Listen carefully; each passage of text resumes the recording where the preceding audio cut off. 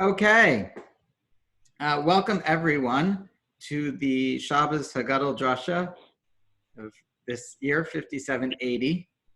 And there are some burning questions this year. I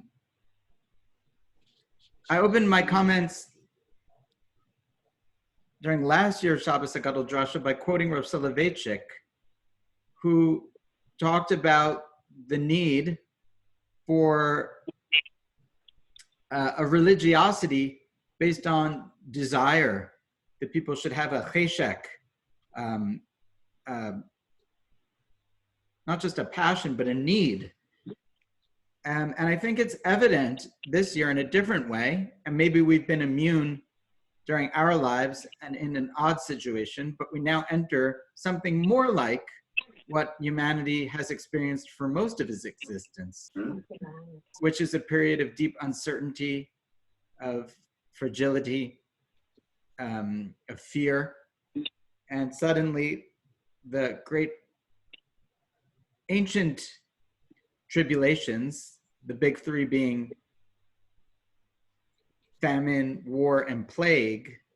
So at least in my lifetime, war has always been on a foreign place, and we have the strongest military, and it's never really been real. And the notion of famine is a different notion. Now food insecurity expresses in poor nutrition, but usually not in a lack of food in this place, but a lack of the right kind of food or access to food. It's a different issue. But plague has reared its head. And so we enter this space that humans have been in for a long time, of sort of deep uncertainty, but more than uncertainty, a sense that there's a limit to our planning, to our control, and that our way of life relies so much, our stresses and anxieties, which were so deep that we're the most stressed and anxious people that ever lived. Many of those things may be a form of chametz, maybe a lot of accumulated rising, could be millennia of accumulated chametz, like we never cleaned for Pesach, ever.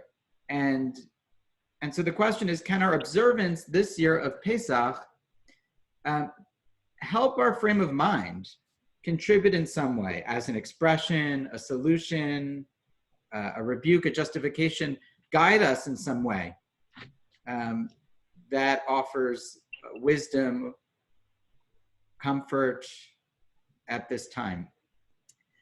The topic I'd like to discuss, at least technically, is a plain one, and it's a legal one largely, which is, what is Shmura Matzah? I think maybe people are familiar with this basic idea that there are different kinds of matzah that you purchase. There's sort of non-shmura matzah. Shmura means guarded. And then there's shmura matzah, which costs a lot more. And it comes in pizza boxes with Hasidic stickers on it, naming some Rebbe that's certified that shmura matzah. And so the question is, what is shmura matzah? What is regular matzah? And why does it matter? That's the technical question. It's a legal question, and we'll delve into the sources so that we understand the mitzvah of matzah much better.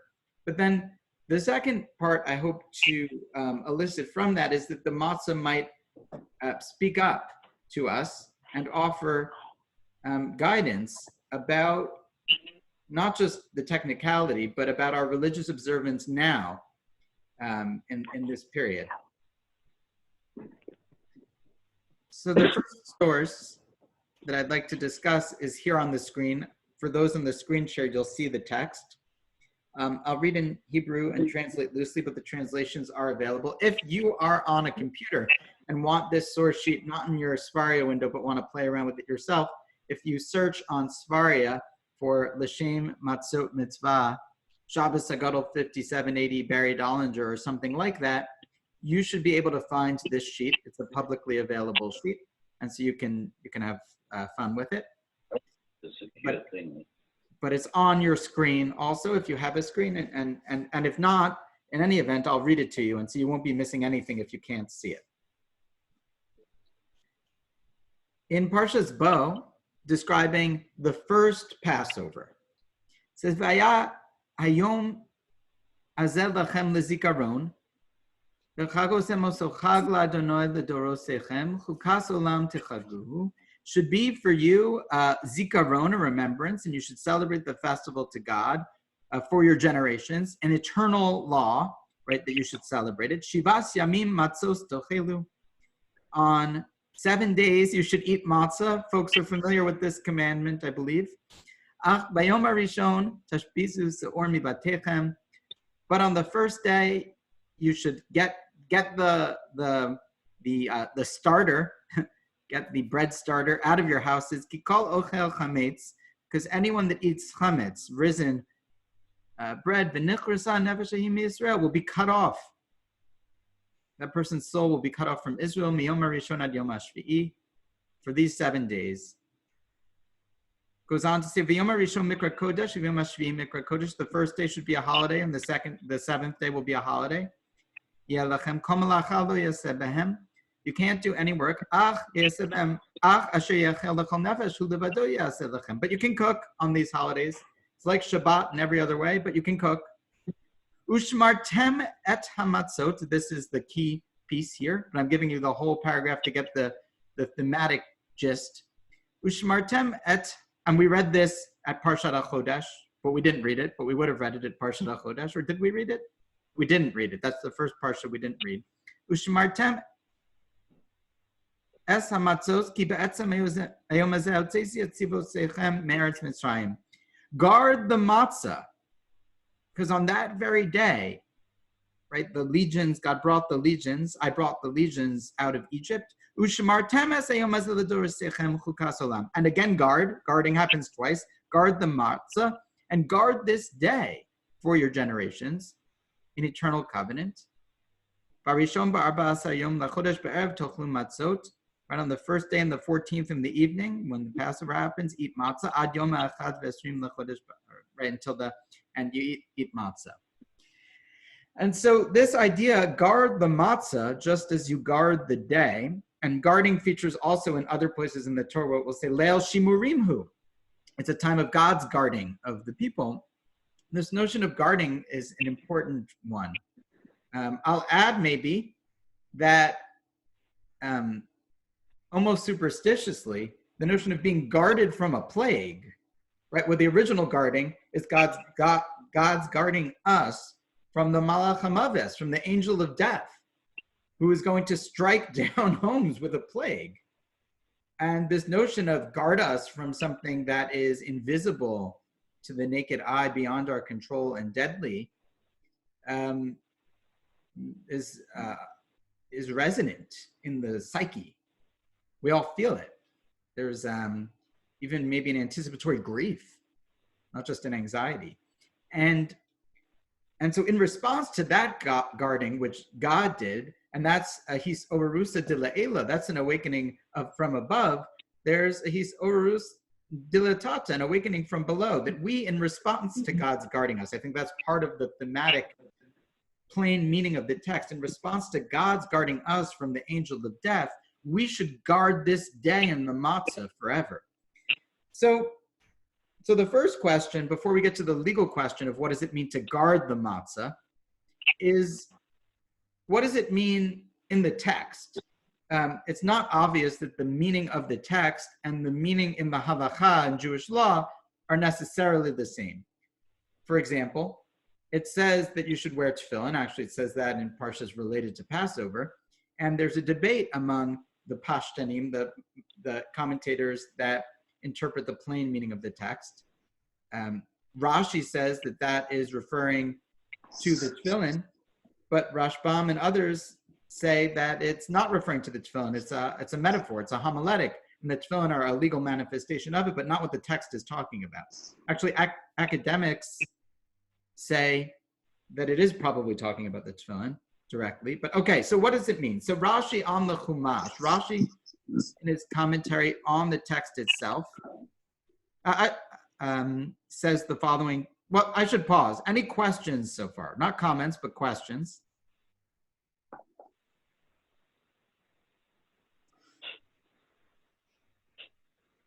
Okay, so Rashi says the following: Ushmartem et matzot, guard the matzah. What does it mean? Shelo yavo lidei chimutz, that the matzah not rise. Mikan amru tfach tiltosh betzonein, and from here they taught that if there is if the dough is rising, in this case it's the woman should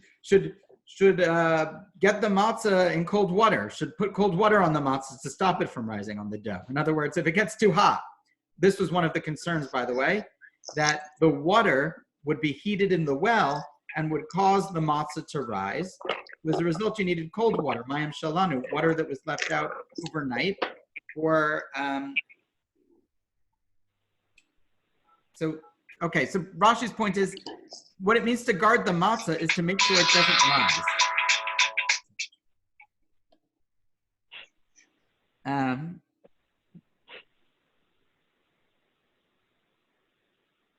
Okay. Rabbi Yoshi Omer, Alti kore es hamatzos ela es hamitzvos.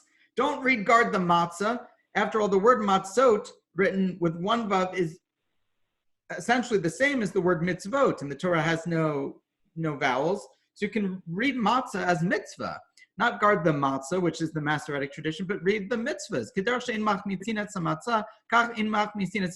We'll talk about this at the very end. Just like you don't let matzah rise, don't let a mitzvah rise. And how would you let a mitzvah rise exactly? Or mitzvah baliatcha, in the language of the Chachamim. If you have the opportunity to do a mitzvah, don't delay. Hurry, do it in haste. Don't let the mitzvah leaven and miss the opportunity. Okay. So that's an additional understanding of guard the matzah, is that we should guard mitzvahs scrupulously, a slightly different understanding. The end of the verse says, guard the matzah and guard the day. So if we're guarding the matzah from becoming chametz, what are we guarding the day from? Mimalacha, from violating yantiv. That's what Rashi says. Regarding the matzah from becoming chametz is analogous, in an SAT-style analogy, to guarding yantiv from having forbidden work. The Rashbam, however, just a little bit later than Rashi, related, says a different thing. Ushmartem et matzot doesn't mean guard the matzah from rising. It means guard them la'uchlam biyom hazeh lizikaron. Make sure to eat matzah. Guard the matzah means make sure you observe this holiday. So it's much more general. It's not guard the matzah like the matzah is some special thing that you need to do to it, but rather the plain meaning of the text is make sure you keep the mitzvah of matzah, that you always eat matzah. We've done a good job. Matzah is the single most observed Jewish ritual. Here several, maybe 3 millennia later, and we're still, or more, and we're still eating matzah in vast majorities. And it's one of the only things that actually younger generations are doing in slightly larger numbers than prior generations, according to the Pew study, very slight, but it's not waning in any sense. So that's what the Rashbam says. Interesting halachic note, the Bach, Rav Yoel Sirkis, will later kind of adopt this notion and say that this whole idea of Shmura matzah is rabbinic, that the plain meaning of the text is not that you need to guard the matzah in some special way, but just you need to observe the mitzvah. And all of the laws and restrictions about it are rabbinic. All of the other commentators tend to think it's biblical. And so that's just a side note for those that want that side note. Okay, the Ibn Ezra interprets it more like Rashi. Ushmartem hine tziva liot amatzot shmurim miyamot katzir. So they have to be guarded even from the time of the harvest, right? You need to, from the time you harvest it, make sure that it doesn't come into contact with water, doesn't rise. Okay.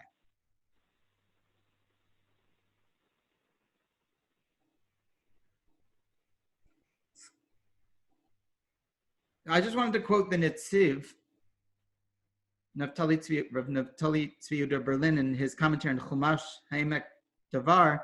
He says the following thing about the matzah and the day, which I think is really sweet, and actually maybe a helpful sense for us now. Nosim tam al mitzvah shel טיפול מרובה למצה, כי כמו בעצם יום הזה הוצאתי, כך ושמרתי את היום הזה, שיהיה אותו יום מסוגל לגאולה. So he says the following thing: you should exercise extra care, great care for the matzah. What it means to guard the matzah is to like tend to and love the matzah, like a child. He's using language of tipul, of like rearing an infant. So the same way you like change diapers and caress a crying infant, you should love and care for the matzah, tipul merubah. And he says, what does that mean? She'oto yom misugal. This day is set aside. It's like a special day, legula, for redemption. Mikol ra, from all evil. Mishum hachiba mitzvat tipul. Because of that comes this extra commandment of care. Moshe tipul merubah b'shmirat pesach, etc. Kedei la'arbot zchut livnei yom ha'muchshar legula. So they were given the mitzvah of Pesach, he explains, 4 days in advance.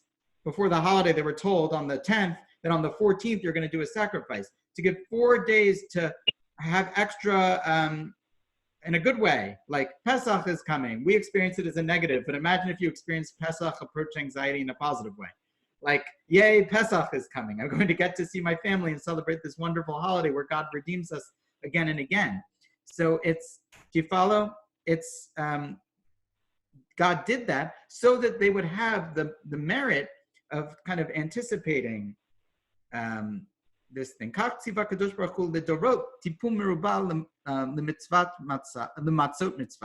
So Hashem has commanded for generations extra love and care for the mitzvah of matzah, because matzah is a symbol of redemption from all evil. Okay. So these are the homiletic understandings of the matzah. So just to kind of review, the Torah says, guard the matzah like you guard the day. And that is in response, I'm arguing, to God's guarding of us from the angel of death and the plagues that befell the Egyptians.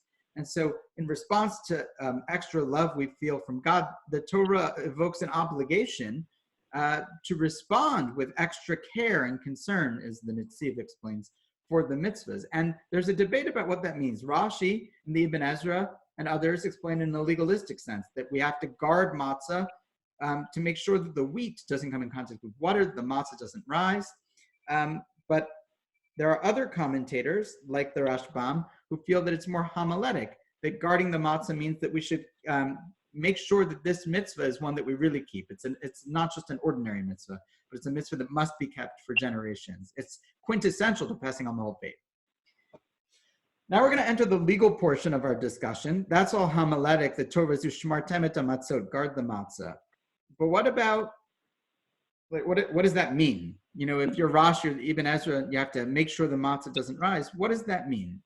So there's a Gemara which becomes the essence of this debate. And so we'll read the Gemara. It's a long Gemara before this. And what they're arguing about is the following issue. The way you made flour back then, and even now, is you temper wheat by soaking it. And that softens it to allow it to grind well and become flour. And there are 3 different methods of contemporary tempering of wheat, and great halachic debate about what the status of those things is. So the way you make good wheat, good flour, is by soaking the wheat in water. But the concern is that that might cause a separation of the grain and might cause leavening to begin, and the fermentation process early on, and might cause matzah that's risen.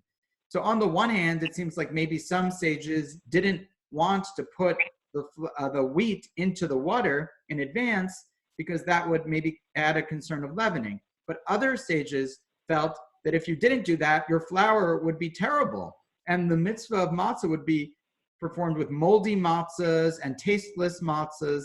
And so the Gemara has this debate back and forth. And at this point in the Gemara, which is the apex, which I've quoted for us, Rava reverses his course. Originally, he had ruled that you cannot immerse barley and wheat in water. Barley maybe was seen as different than wheat, as is even more stringent because of its texture. You can't immerse, so originally Rava had ruled as a sort of final ruling, no immersion of wheat in the water. You can't take it and put it in the water. But now he reverses. Hadar Amar Rava, he reversed his course. Mitzvah liltot. No, you have to soak he's changed his course. Not only isn't it true that you can't soak the wheat for matzah, you must soak the wheat for matzah. It's a mitzvah to soak the wheat for matzah. And how do we know? Shene'emar ushmartem et hamatzot. Because it says, guard the matzah. Ilo debai letita shimor lemai. So here's this interesting thing. If you're not soaking the matzah, what are you guarding it from? Like if the matzah is never put into a dangerous situation, it doesn't need to be guarded. If people aren't dying from a plague, you don't need God to guard you from the plague because there's no plague. So the analogy in the wheat is if you're not soaking the wheat and doing something that's halachically dangerous, you don't need extra care because you're being safe. So it must be that from the fact that the Torah says that you have to guard the matzah, that you have to do something first that endangers the matzah to require its guarding. That's what Rava says in his reversal of opinion. May I ask a question? We're going to pause for questions. So yes, but not right now. Okay.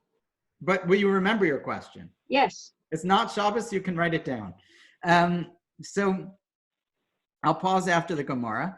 So here he says, "I shimor delisha lav shimorhu." And if you'll say that no, guarding means guarding when you need it to make sure it doesn't rise. When you're actually making the matzah, that's not called guarding. In other words, anyone who's ever made matzah has known that it doesn't take great care to prevent your bread without a starter and without yeast made quickly from rising. And so that isn't what shimor guarding can mean. The Amar Rav Huna, for Rav Huna said, and he brings a proof text from the statement of Rav Huna, Tekot shel goyim, adam memalei krisomehem, bevad she'ochal kazet matzah ba'achrona. Ba'achrona ein b'rishona lo. My time, mishum delo avid behu shimor ula avid leish. Okay, so here's the statement of Rav Huna.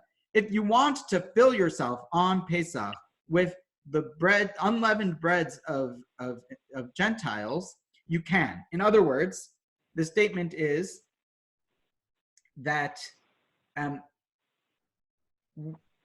say someone makes an unleavened bread, but they don't observe any of these extra precautions.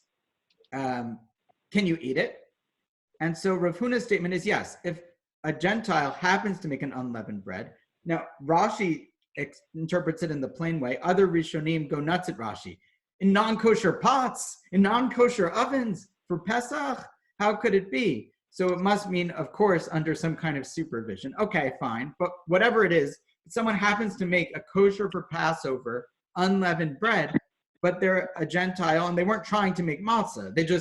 They bought a new pot, they've got a new oven, and they produced a bread that didn't rise. And so the halacha, Rav Huna says, is that you could eat a ton of that on Pesach if you want. Eat it all Pesach. But it's not matzvah. So at the very end, meaning at the end of your meal, maybe the afikomen, the shla says, but in any event, for the mitzvah, you have to have some actual matzah, something made with the extra care and guarding.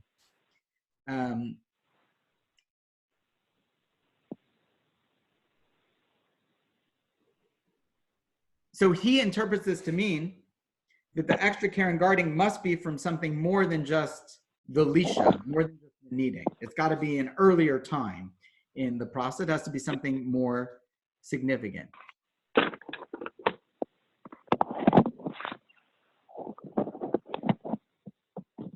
Okay.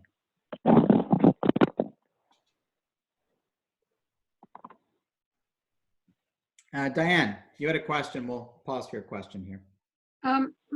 My question goes like this. It says, Ushmartem et hamatzot, guard the matzah. It doesn't say guard the wheat. It doesn't say guard the grains. It doesn't say guard the flour. It says guard the matzot, which is essentially the finished product. And I think some of that gets into the wet and stop. If one failed to protect the wheat from becoming leavened up to that point, it is no use to be careful while kneading it. agreed. But why does it say ushmartem et hamatzot and not ushmartem et the flour, the grain, or whatever, to protect it from become? If the intention was to protect that from what would naturally happen during the fermentation or the whatever, during the wetting of the grains, why doesn't it say guard the grains or guard the flour? Why does it say guard the matzot, which is the finished product? Yeah, that's a fair question. I think they're saying guard the grain in such a way for the production of matzah. In other words, they're talking about it in the name of the thing it's going to become. But I hear what you're saying. In other words, if the biblical command was to guard the grain, you would expect it to say guard the grain, not guard the matzah. And I think that's because the emphasis of the Torah is on care for the matzah.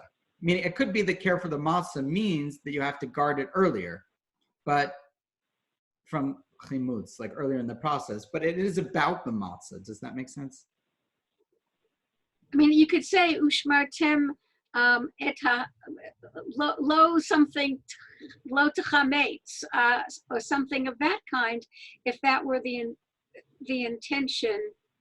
So I'm just kind of feeling like if this were intended as a cookbook, you would say don't let the fermentation take place, and then you'd know what you had to do with the water or the whatever.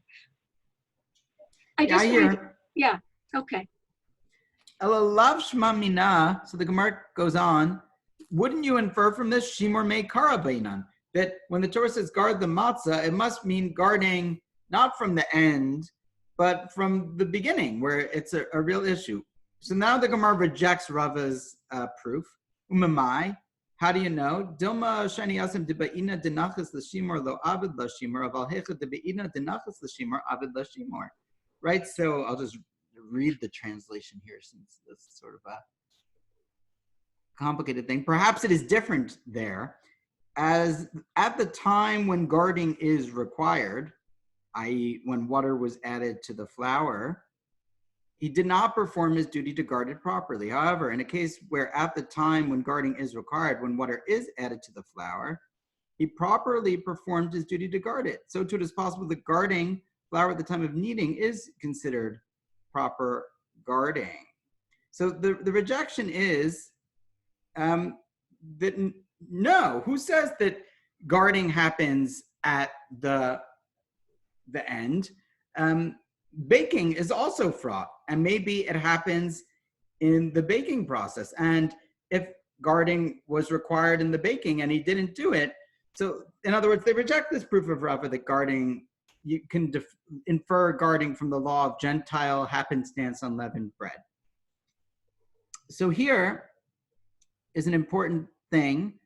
Afilu hachi, even with the Gemara rejecting Rava's logic, lo hadar be Rava, he didn't change his opinion. Da amar lahu lahanhu dimahapche kipe. So he told the people that were cutting down the stalks. Yes, they were harvesting.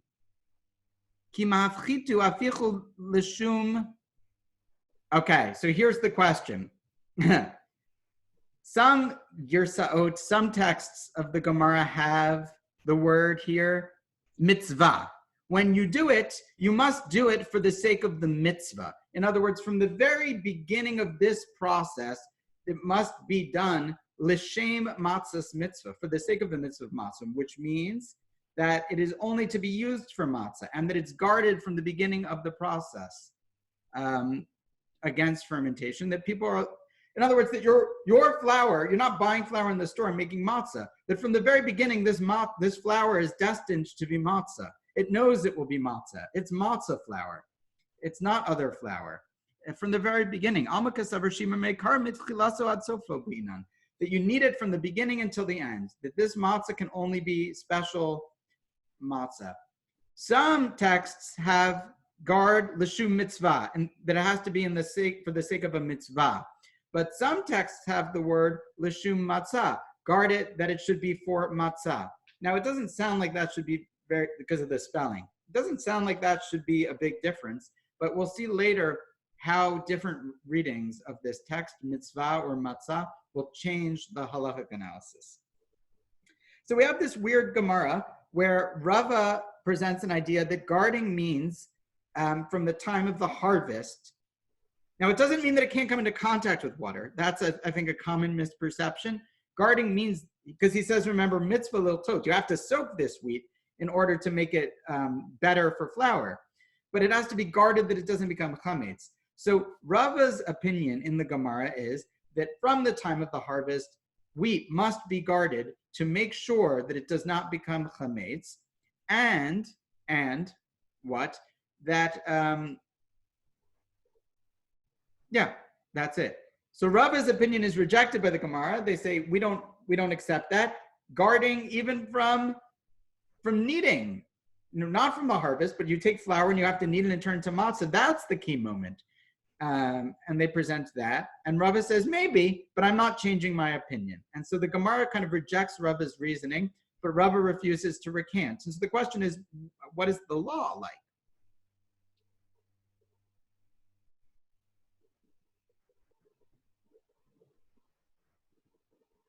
I just wanted to see the reading of the Rabbeinu Hananel because this presents an early reading of this Gemara. Thinking Karawan, is that right? Someone will correct me if I'm wrong on that. Where he has the other reading. So he says, quoting Rava, Hafchu l'shem matzah. When you slice down the stalks of wheat, do it for the sake of matzah. Kolomer hizaharu means to say, here's his interpretation, hizaharu me'achsharat hamayim. Be careful that it not, that the water not corrupted. That it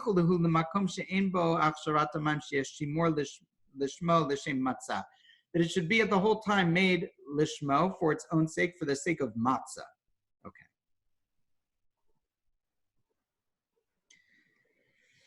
The Rosh, Rabbeinu Asher, is an important Rishon. People, I think, know the Shulchan Aruch. Maybe you know, maybe you don't know. The Shulchan Aruch, which is sort of this authoritative code of Jewish law, when Rav Yosef Karo wanted to codify how the law was going to be, he looked at three primary commentators, the Rif, the Rush, and the Rambam.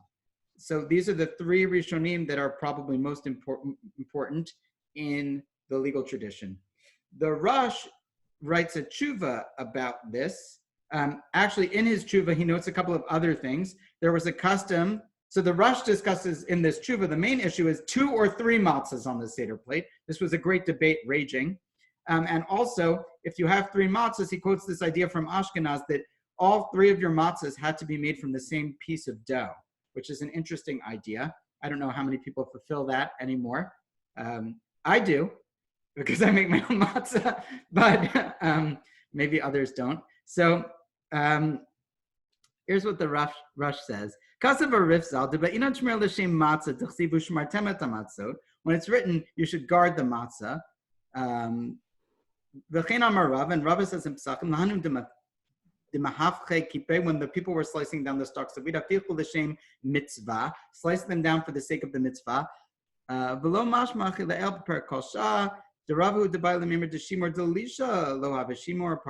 Okay, they quote this whole Gemara back and forth, rejecting Rava's opinion. He still didn't recant.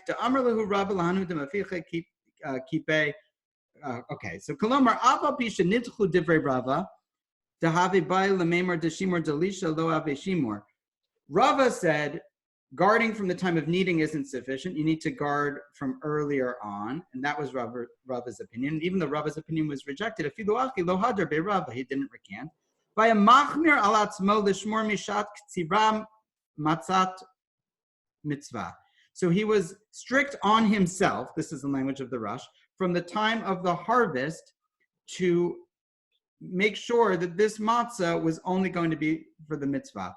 The nahagu be'ashkenazu v'tzarfat, but the custom in Germany and France is l'shomran mishat tchina, to guard not from the time of harvesting, but rather from the time of grinding, of milling the wheat. So they felt that this was a stringency. So the read of the Rush on the Gemara is that the Gemara rejects Rava, but Rava accepts his own chumrah. He's being stringent on himself to guard the matzah, mishas katsira, but the psak, halacha, for everyone else who doesn't want to be stringent, and the custom in Ashkenaz was to be lenient and to guard it only from the time, not of whatchamacallit, kneading, but the time of milling. Now, why milling? Because in the time of the rush, they milled with a water mill. The way the mill, has anyone ever seen a big wheat mill before? Raise your hand or unmute yourself and comment if you have.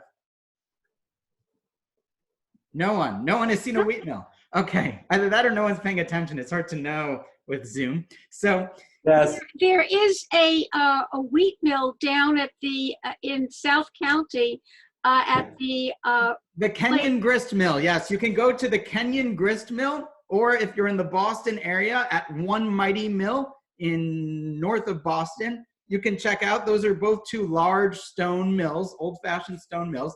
They're massive monstrosities with a huge, round, heavy stone, and it takes a lot of energy to spin them. So in the time of the rush, one of the common ways they did this was with water. They'd power a water mill, and so there was a possibility that water that was powering the mill might splash onto the flour. That's the issue. So the rush is of the feeling that you need to guard the matzah from the time that the ground flour is going to come into contact with water. And in his day, that wasn't lisha kneading, but it was milling, because they milled using water. No, they didn't put water in the flour, but it was part of the process. You follow? Could you show us which word here means milling? Tchina. Tchina, okay. The same as tchina, the food. Right, that's what I was thinking. That's why it was. The fisha az mekarvino toel amayim, because that's when the water is approaching it. Uv'she'iltot derav acha, right? In the she'iltot derav acha, which is an important gaonic work from the Gaonim, kasav lo napik yidei chovase ela b'matzah deminter la mechimutz min kadnaf le'mayeluya. The ruling of the Gaonim, he says, in the she'iltot, was that this was only, the Gaonim ruled the same way, that whenever water gets in contact with the flour is when you need to guard it from chimutz. So the Magen Avram comments much later, right, on this, mishas tchina, and says, lav davka. It's not necessarily about the grinding. It's whenever the water comes near the flour. The fisha az mekarvino san alamayim, because that's when they bring in the water. Mashma shebemakam shetochnin berechayim shel chamor. But let's say that they, instead of using a water mill, they have a donkey who is spinning the mill. I guess that was something that they did, possibly. Then you wouldn't need shmura from the grinding. You would only need it from the milling. You'd only need it from the time of kneading. But even there, they would wash, so maybe. But the Magen Avram gives us sort of the reasoning behind the rush. So we have the ruling of the rush, which is an important source on the one hand, who says that Shmura Matzah, to fulfill the command of Shmura Matzah, it means that it has to be guarded from rising from the time that water is involved in the process, but not from the harvest. The Rambam, though, feels differently. And remember, the Rambam, the Rush, and the Rif are going to be three. And the Rush quoted the Rif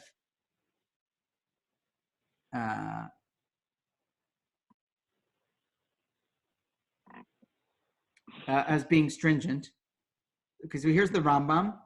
So he says as follows: Mishum shene'amar shmartem et hamatzot, because it says guard the matzah. Kolomar hizaru b'matzah v'shimru mikol tzad chimutz, that you should guard the matzah from any possibility of rising. V'fikach amru hachamim tzarech adam lizaher b'dagan she'ochel mimenu b'pesach shelo yavo alav mayim achar sheniktzar ad shelo yeh bo shum chimutz. That as soon as it's harvested, says the Rambam, you have to be careful and guard it that water not come into contact with the wheat stalks. And then he talks about what if it fell in water or water fell on it, etc. Okay, so that's the Rambam's ruling. The Rambam rules strictly in this case against the Rush, that guarding is from the time of harvest, whereas the Rush feels guarding is from whenever water commonly is used, be that kneading, be that milling. So we have this debate. I'm going to leave out the Ramban's long commentary on the Gemara. He just summarizes this in a useful way, but you can see the Ramban. So how do we rule? We have sort of a split among the poskim, and I'll add that this split maybe tells us something different. Yeah, let me say the homiletic point here and be a brisker for a moment. I don't normally put on a brisker lens, but today I will.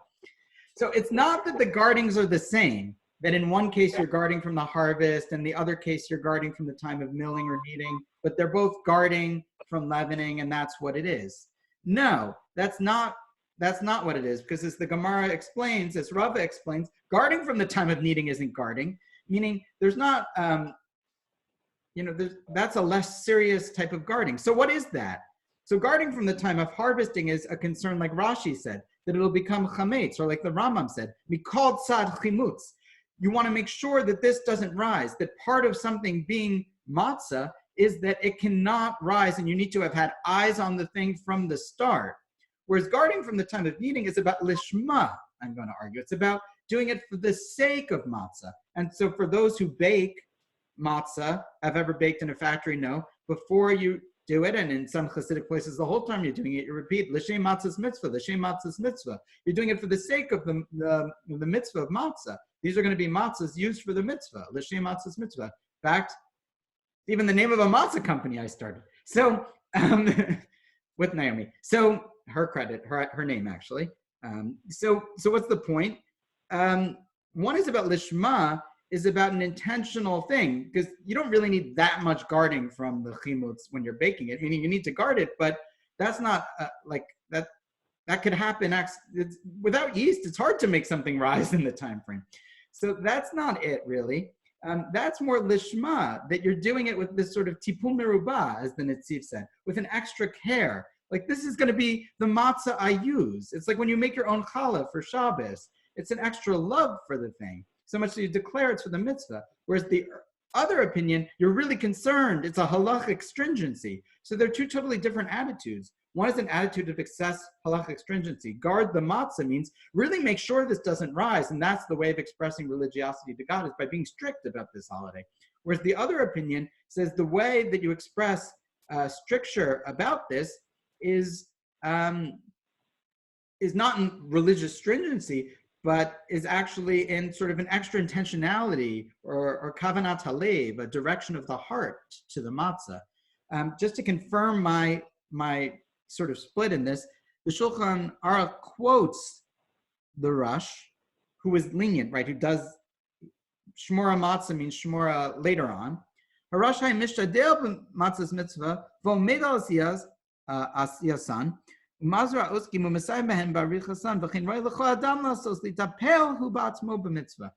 the Rosh would make sure to bake his own matzah and oversee the production in the factory, and he would take out the rolling pin, right? The great Rosh. He would bake the matzah, probably with women in that time, and that was part of the issue here. Is like women were baking the matzah, and all the tshuvas, it's women baking the matzah in this time period.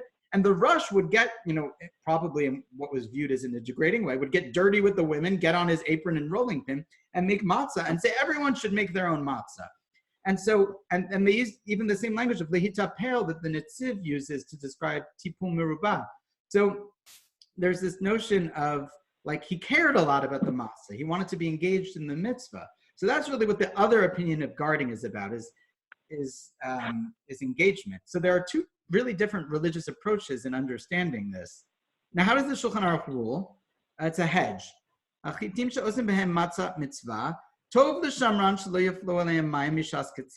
It's good to behave like the Chumrah of Rava and what the Rambam and the Rif view is required. But at least from the time of milling. But if you're stuck, King Arthur will do. In other words, the best is to have, the Chabad rabbi in the field with his farmer gown on. But the second best is that you've got the rabbi in the milling plant. And then third best is, just make sure it didn't rise. The Mishnah Berurah limits this ruling a little bit. I want to be fair. But that's the Shulchan Aruch rules b'diavad. So he seems to rule kind of three levels. Ideal is like the Rambam. Halacha is like the rush, and b'diavad whatever. So it's kind of a non-committal ruling, as it were. So a few pieces here. There's another difference, other than a difference in Havana, in understanding between the Rush and the Rambam. It's also a difference in halacha. Has anyone ever known someone have the custom to eat only Shmura matzah on Pesach? Yes, I've heard that, sure. Yeah. So there are people who have that. I think the person people may know who most likely has Rabbi Rackover is like that. Rabbi Mordechai Rackover used to live here in Providence, is now our northern neighbor in Sharon. That's common among Hasidim to only eat Shmura matzah. So if you hold like the Rambam, that this Ushmartem et Matzot is a specific command to make sure that the thing doesn't rise, and if you hold that the girsa of the Gemara is you have to make it Lishum Matzah, the essence as opposed to mitzvah, right? Like the Rabbeinu Chanana, the girsa of matzah as opposed to mitzvah that we have, then that understanding of the Gemara says matzah isn't matzah unless it's extra guarded. Meaning maybe you'll have a matzah, but really the halakha ideally is that your matzah, all of your matzah, needs to be really sure that it's matzah. And so it has to be guarded from an early period. And so there's this idea that you'd have to have shmura maybe the whole time, or maybe it's a risk. So that would be the stringency in the opinion of the Rambam, is that maybe all matzah needs to be shmura, which Hasidim. Now there's a stringency in the Rush too. The Rush says it's not about that; it's about the intentionality a little more in the lishma. So in that case, there's a possible stringency with machine matzah, because once they started making machine matzah, the fine folks of Horowitz Margaretin, who have relatives on the call here, I see, and the Manischewitzes, their dear competitors, now merged and owned by Bain Capital, the great Mormon matzah company, a new Broadway show coming. They started making machine matzah, and the rabbis were irate. How can a machine do something lishma, have intention, have an extra love and care for the matzah? This is my matzah, and the Rush with the rolling pin and the apron. It's a guy flipping a switch. It's automated. So the guy flipping the switch says l'shem matzot mitzvah, and then the machine makes 1,000,000 matzahs. What kind of intention is that? So rabbis at first were very skeptical of this, but eventually all but the Hasidic Rebbeim ruled leniently. Rav Soloveitchik actually preferred machine-made matzah because he thought it's less likely to be chametz. There's no human error in a machine. And so that's really more the opinion of the Rambam, right? That this whole thing is about chimutz. But if you take the approach of the Rush, that it's about love of the matzah or the nitziv, then machine-made matzah is the question for you. Because how can a machine love the matzah?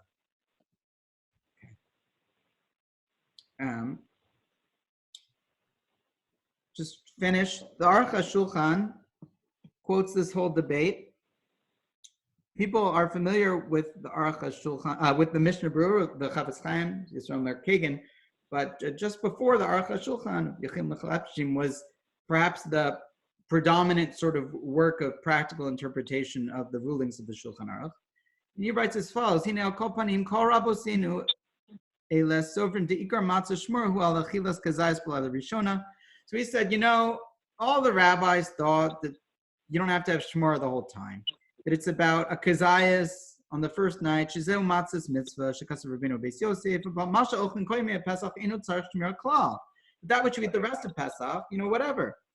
It has to be kosher for Passover, but it doesn't have to have all these extra things. You don't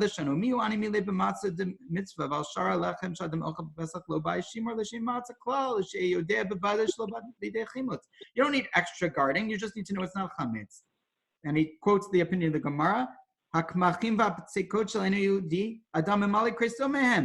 that a person on Pesach can eat, the foods even of a non-Jew if they happen to be kosher for Passover, as we do. We commercially produce foods produced by whoever. We don't know who produced them, etc. He goes on. Okay, so he quotes this idea.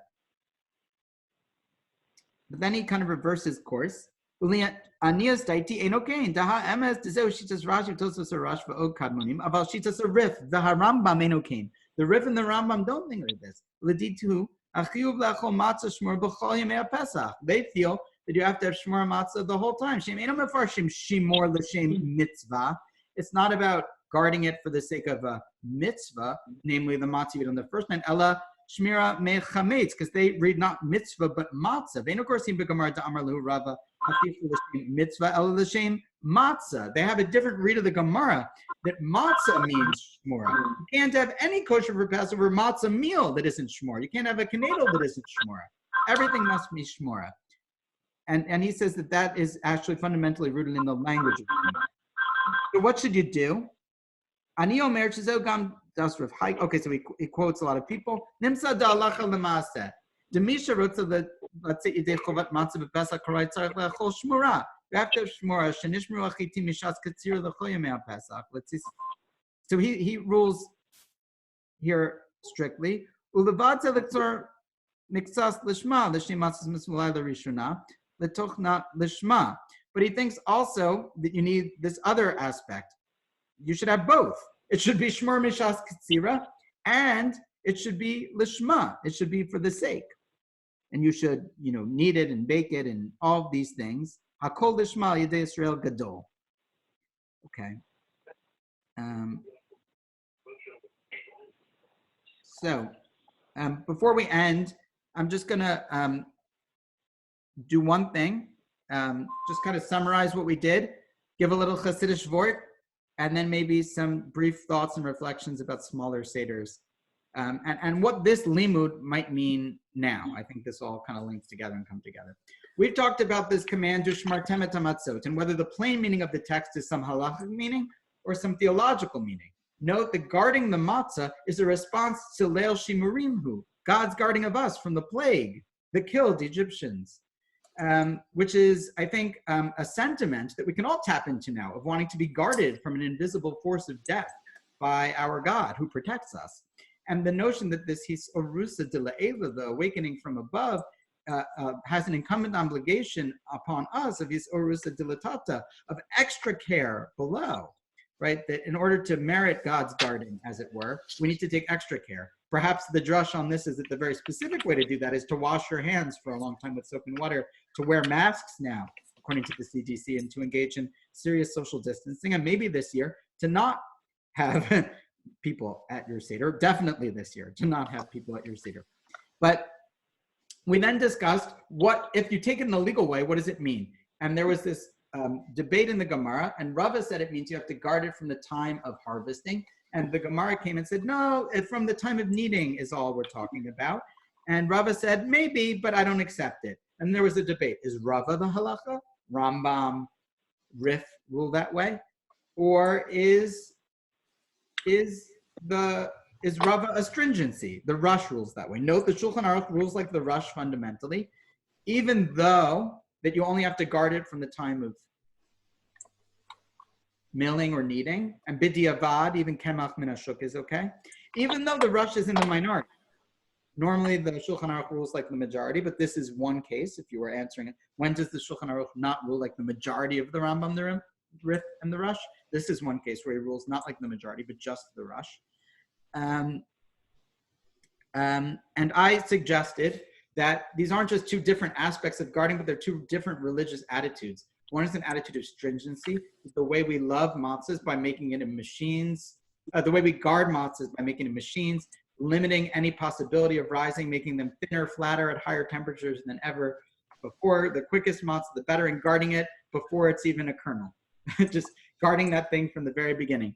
And the more the better, and Rav Soloveitchik and the Briskers and others that follow the Rambam love this approach. The Briskers prefer machine matzah.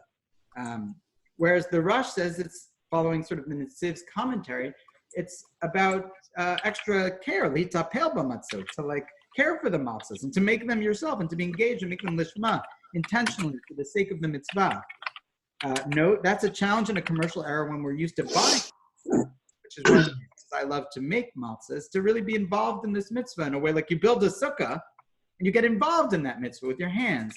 So to be involved with our hands in the making of the matzah and to do it l'shem matzot mitzvah, for the sake of the mitzvah.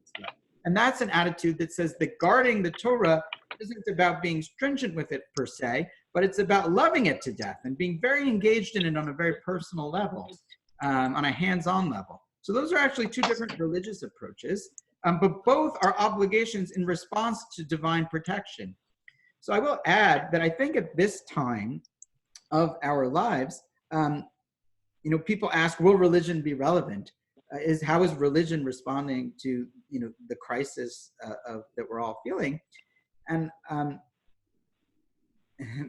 matzah. So here, what is this about the matzah that we're? The Ber Mayim Chaim, Rav Chaim of Chernovich, who's a disciple of the Maggid of Mezrich, the leading student of the Baal Shem Tov, and he says as follows about this pasuk. I couldn't give a Shabbes Hagadol Derasha just halacha, dry. I couldn't do it. I tried so hard, but the Hasidim creeped into the source sheet. Ushmartem et hamatzot. Guard the matzah. Amru Chazal, in the Mechilta. Shmartem et ha-mitzvot. Don't guard the matzahs, guard the mitzvahs. Because, mitzvah and matzah are the same letters, basically. And then their interpretation, mitzvah abal yadcha tach mitzena. If a mitzvah comes to your hand, don't let it become chametz. And the traditional interpretation in Rashi on Chumash is don't wait. Do a mitzvah immediately. So what does it mean to do a mitzvah immediately? Inyan bazeh, ki tachlis ose mitzvah lagir kocha kedusha v'ruchnius. Because if you do a mitzvah, what are you doing? You're strengthening sanctity and spirituality. But ose mitzvah shelo lishma, but one who does a mitzvah not intentionally, chas v'shalom, God forbid. And here, really, lishma is a requirement in the matzah, sort of according to the Rosh, right? Like for the sake of the mitzvah of matzah. You could be, even doing a mitzvah. You're doing the mitzvah act, but you're doing it in a way that awakens the Yetzer Hara, the Sitra Achra, the evil inclination, or demonic forces. God forbid, you could do a mitzvah, but you could really be empowering demonic powers. How? That's right, called like you're entering the divine palace, as it were, of the Sfirot in this way, and contaminating it. You're taking religion and distorting its purpose. How? V'zeh sod omram zal, inside matzachas b'shashis v'mashlichin divrei Torah la'aretz. Again, tzarich adam l'sei shmur elam mitzvah. Therefore, you have to guard a mitzvah b'ma'od ma'od shelo tavo v'tipol chas v'shalom ela sitra achar v'yitzara shenikra chametz. The Yetzer Hara is the chametz here, and what does that mean? Let's get it psychological for a moment. This is very esoteric. Ze'omra mitzvah b'al yadcha atach mitzvah kolomar means to say, Tishmerena shlo yeh b'chilek me'chametz hu hayetzer hara shu akantor b'gavus alev. This is arrogance and haughtiness. And all the other people thoughts that God hates. So what is this gavus alev that the Rav Chaim is talking about here? Someone said something in the chat. Check it out. Oh, okay. So the gavus alev is a sort of arrogance, but he's saying something very powerful. Even a mitzvah, even a spiritual practice, actually it's not even, it's very easy to have a spiritual practice become a practice of arrogance. To go from, I'm doing this as a source of humility to connect with God and to serve others, to a source of, it's about me.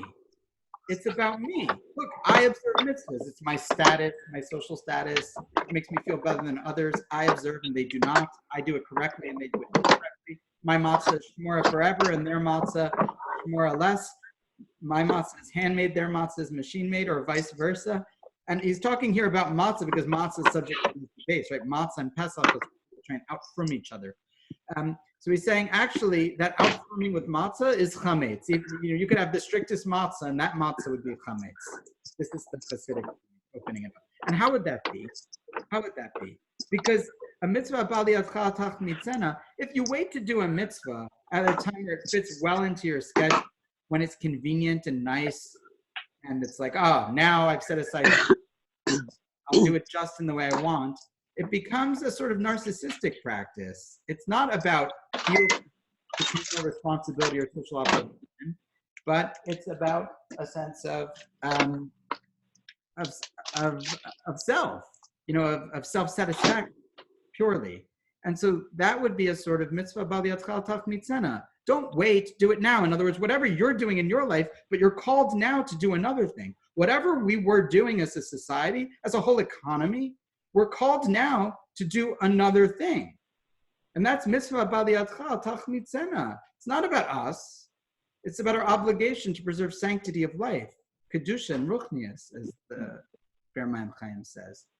So that's a powerful reminder about how even spiritual practices could become a sort of Yetzer Hara, Avodah Zarah, or a chametz, because they could contribute. And it's a danger for all of us. It's not an accusation. It's not they do it this way and we do it that way. But it could become a gavos alev. It could become gaiva. So how can we take matzah and really internalize it this year as a practice of simplicity, humility, being ready to act in haste and to serve? Just add that people should not have guests at the Seder, in my opinion, because every guest, everyone that makes an exception to have a guest in some way, you may be distancing or limiting in the way that makes the most sense, and it may be quite limited, but what? If everyone does that and all the Jews do that and 75% of the 6 million Jews all make an exception for themselves, we'll have millions of people who have interacted. And even if you're unlikely to have contracted any disease, on net, hundreds of thousands of people will be exposed to the coronavirus that wouldn't have before because we observe Pesach. And so the mitzvah of matzah teaches us that al tachmitzena, it's not about you, as the Bermayim Chaim says. It's not about even our most enjoyable Pesach experience. Matzah is about simplicity, and simplicity sometimes is painful in its taste. It doesn't taste good. That's fine.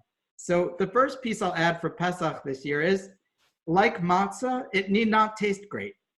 We're used to Pesach tasting really sweet with families and songs and other things. And obviously, I'm not talking about people who are so isolated they're suffering in depression and anxiety, which are a lot of people.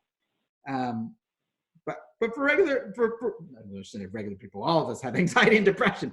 But if you're not in a state where it is like a mental health concern, and many people may be, that's the important caveat, and that would be fine. There shouldn't be any real risking to do the Seder, because matzah teaches us that that's not exactly, it's about simplicity and service and limiting of the ego. That's what matzah is all about. The second tip is that I love the cacophony of the Seder, the arguments, debates, side conversation. That's the fun of the Seder. But this year, there'll be smaller sedarim. So some suggestions that I've heard around, take them or leave them, to get questions from people who would have been at your Seder that are on their minds, and to discuss them and then share afterwards what you came up with. If you're alone, some people may be alone, to have a more meditative Seder. So you may do a mindful eating with the matzah, to really taste the matzah. Speak all the time in the Gemara about tam matzah, or the bitter herbs, or that this is the taste of slavery, of freedom. Halach ma'anya diachalu avasana bar de Mitzrayim. The bread of affliction. We ate it not just on the way out, but in Egypt. It was slave food, that even Ezra reports. He was enslaved in India, and he reports that they fed him matzah because it kept him going for a while. So to really taste the matzah, the density, the unpleasantness of the matzah, the difficult to digest nature of it, slowly, like one would a raisin in one of those Buddhist exercises, but do the Jewish version with matzah. It's kind of like a joke, a bad joke, but it's not. That's something that maybe most years we can't do, kind of lean and eat it, and then you get back into the debate you were having. But this year, maybe that is a live option, and so to the Mar and other things. Folks have also suggested, most years, you can't really go through like a commentary or commentaries on the Haggadah in any reasonable way because it's about the participants, rightly. But this year, if you're alone or in a very small Seder, you might choose actually a text or Haggadah, or go to haggadot.com where you can make your own Haggadah if you have that availability of time and aren't otherwise collapsing, which is a luxury for some people, to craft or to pick one of the many. It's the most authored Jewish book, and to pick a Haggadah and really learn, and have a different kind of Seder experience this year. So I just want to offer those suggestions of a sort of more literary seder or a more mindful seder, or perhaps if you want it to be social, getting questions from family members or guests or others you would have had or respect beforehand, and discussing and seeing what each other came up with after, finding a time to convene. So those are some suggestions. If folks have others, they're welcome to write them in and we can shoot them out in an email, things people are doing. We could send out an email. And I hope you have enjoyed this Shabbes Hagadol Derasha. I've enjoyed preparing and giving it. And I'm wishing everyone a Zisin Pesach, a sweet and kosher Pesach. Any questions about anything? We'll allow, I think, now about 5 to 10 minutes for comments and questions, if anyone has. I just have a quick technical question. Is it possible to get the Orech HaShulchan texts in English? I don't know. My copy only has Hebrew. I don't know if it's not in English. I'm sorry. I don't know if anyone's ever done an English translation of the Orech HaShulchan. Because those were interesting to me, but they were pretty dense and there were sometimes words that I couldn't. Yeah, I skipped over it quickly because it's kind of long and I wanted to get to the point, but I can certainly also send you the Hebrew, or it's available as well. Go through it, line for line if you like. Okay, thank you. I have a question. So what you mentioned, but it sort of got glossed over a little bit, the question of the wheat being not watched, but dedicated to be made matzah from the get-go. Mm-hmm. So in other words, there's two reasons to sort of watch the wheat. One would be to make sure there's no water on it, but the other would be to make sure it's dedicated to being matzah. Yeah, so there's an interesting conversation that occurs in the Achronim. I didn't quote it, which is like, at what stage is the Lishma dedication required? Because it tends to be that those that want the earlier watching of the wheat want it not in terms of a Lishma, but in terms of a Chimutz. And so the discussion, and actually the Rabbeinu Hananel text that I didn't quote, the longer version, has some of this. The question actually arose for them around the point of, can you have a non-Jew do it, but instructed how to do it at the harvest point? In other words, is it enough Yisrael Omid al Gabav or Anansa? You know how they're doing it, but does the rabbi have to be the one with the sickle, or is it okay? And this is a question of the Shema. And then there's a further question of, can a non-Jew or someone, or in their case, they dealt with also like a cheresh or a shoter or katan, a minor, or someone who had mental incapacity, were they able to do this or not? And so in that legal conversation, you see that most of the poskim that require mishas ketzira are okay with anyone doing it. So you see that their notion of lishma is less so. It's more about the technical aspect of it being done. But those that do require lishma certainly want it from the time of kneading, and many want it from the time of milling. I would say that's all based on the rush and when is it fraught. As soon as it's fraught, the rush wants it lishma, intentional. Does that answer your question? I think so, yeah. Maybe, maybe not.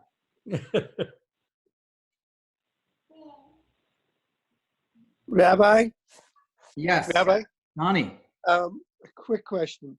There's another area where the mitzvah must be done with in mind that you're doing it l'shem mitzvah, and that's writing tefillin or mezuzah.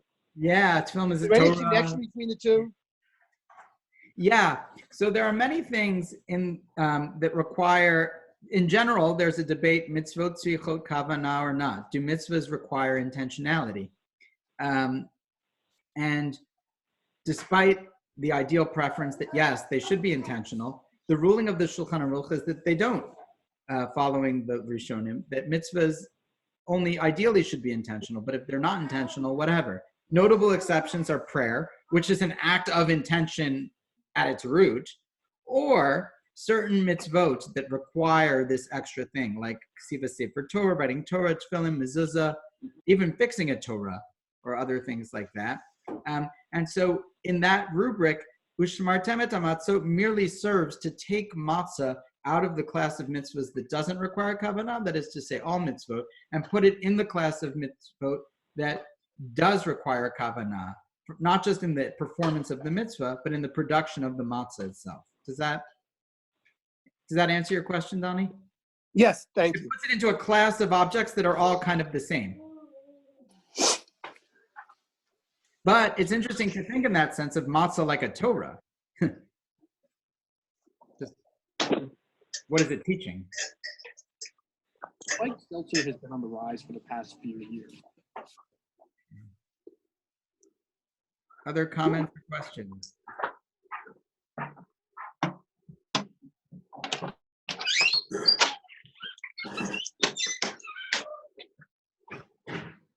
I've enjoyed this. Thank you very Thank- much. Thank you. Have a wonderful Shabbos. Great. Thank you, Rabbi. Two announcements while I have you on, and then I'll end. Announcements. I haven't done this in a while. One is thinking about organizing a virtual Yizkor on Chol HaMoed of some sort. So, Michael, if you're still on, we'll be in touch with you. But everyone stay in touch for that.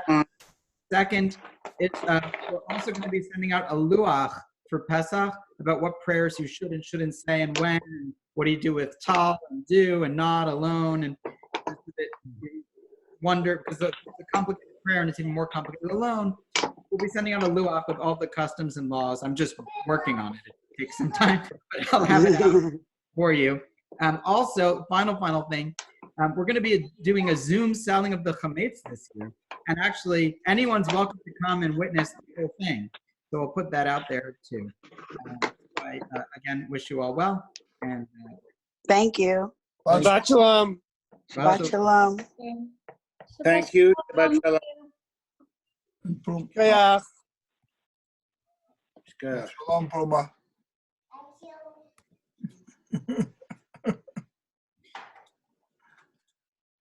Hey, Rabbi. it's good to see you. How are you? Regards from Brandon. Oh, that's so nice. How have you been? Yeah. Okay. How's everything been there? Surviving. Just, not much